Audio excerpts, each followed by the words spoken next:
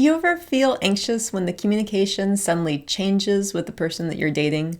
Let's talk about why this happens and what you can do to feel better fast.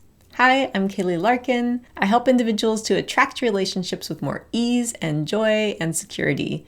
If you're interested in attachment style, come visit me at kayleelarkin.com for courses, guided meditations, and an attachment blog. So with anxious attachment, it's quite common for people to feel uncertain in relationships. So when communication shifts in a relationship, it can really trigger some deep anxiety, and that totally makes sense based on that early child experience of relational inconsistency. And the good news is that recognizing this pattern is the first step to changing it. So if you know what's happening, you can respond differently. And there are steps you can take to manage these feelings, and I'm excited to share these with you. So first though, let's talk about some common triggers. The first one is changes in communication frequency, like when your partner stops texting as often. And this can be like a warning bell for some people, warning them of abandonment or potential abandonment. It can feel like the person's pulling away, but keep in mind, this doesn't always mean that something is wrong. But it's good information, and you want to be assessing whether the amount of responsiveness and contact is what you want in a relationship. That's about those internal boundaries, and which I can help you find those in the boundaries course. So if this happens, first pause and take a breath and take a moment to assess the situation by asking yourself, okay, has anything changed? Might this be my attachment system? And a quick moment of reflection can help you differentiate between that automatic attachment reaction and a thoughtful response based on your internal boundaries and your sense of what you need in a relationship. Another common trigger is vague responses. So, for example, if a partner says, "We'll talk later," that might leave you wondering when exactly you're going to talk and when you'll get an answer to whatever question you have. So to address this, you'll want to focus on clear, compassionate communication. For example, you might say, "I understand you're busy. Do you think we could aim for a specific time to catch up later?"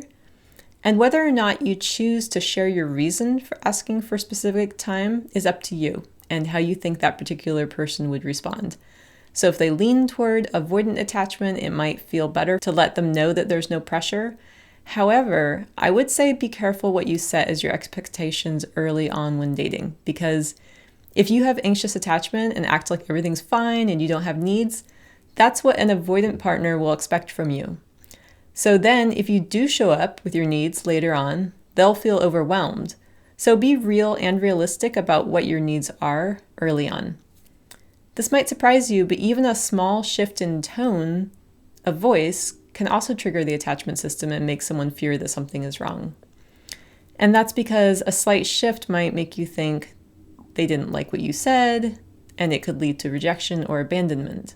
So early on when dating, when people are building trust and security, it could cause friction. So for example, say you've been dating for a couple of months, and on a Wednesday evening, while catching up on the phone, you say, "Hey, do you want to get dinner on Saturday?" And they answer with like a flat tone of voice, saying something like, I'm not sure, let me see how the week goes." This could make anyone wonder if they're not excited about it or if something else is on their mind. But an anxious attachment style might take it a step further and wonder, are they losing interest? Oh my gosh, do they not want to spend time with me? So to get a handle on this ambiguity, first acknowledge your feelings. So in this situation, would you feel uncertain or scared or anxious, annoyed, or what? And then remind yourself that it's okay not to have it all figured out yet. So people's schedules can be uncertain, and it doesn't necessarily mean anything. But also keep your relational boundaries in mind around what you want. And second, check in with your partner. So casually, it doesn't need to be a big processing session. So for example, you might say, "Sure, just let me know if you're up for it later." And this shows a relaxed and patient style. You're kind of giving them some room to have a schedule and a life. But still, you're keeping in mind what you want in relationship. So trust that if the person's interested, it's going to show. And you don't have to hear a commitment from them right away, but keep in mind your boundaries. Because I know I keep repeating this, and that's because it's something that comes up a lot when I work with people. So sometimes anxious folks, they get drawn into a relationship where they're not really getting their needs met. because they didn't set boundaries early on. So if this is you, please check out my boundaries course for anxious attachment. So why do these triggers even happen? So these triggers, they come from childhood experiences and life experiences along the way of you being human. And guess what? There's a good reason for this going back to childhood. So sometimes a kid's needs were met, sometimes they weren't. Sometimes a caregiver was available, sometimes they weren't. And so when people get that kind of uncertainty and inconsistency, they become very focused on relational stability. They really want that reassurance that everything's okay with the relationship, and they have a fear that their partner might withdraw or abandon them. And it all makes sense, right? It's a very intelligent adaptation that happened early on. And I just want to say a quick word about the anxious-avoidant dynamic, where an anxious style gets into a relationship with an avoidant partner, and they find themselves in a pursuing role while their avoidant partner withdraws. This can be exhausting and stressful, so be sure to set clear boundaries, understand each other's attachment style, and know what you need in relationship. So overall, some good ways to manage these stressors if you have anxious attachment are to prioritize emotional regulation and communication. So the emotional regulation, it's on your end early on in a relationship. You can get into co-regulating with a partner later, and I have a video on that. You can also check out my guided meditation on self-soothing and boundaries for the anxious attachment style on my website.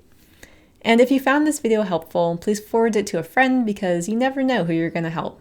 You can also support the channel by clicking that like and subscribe button, and stay tuned for more videos. This is Kaylee Larkin, wishing you a beautiful relational journey.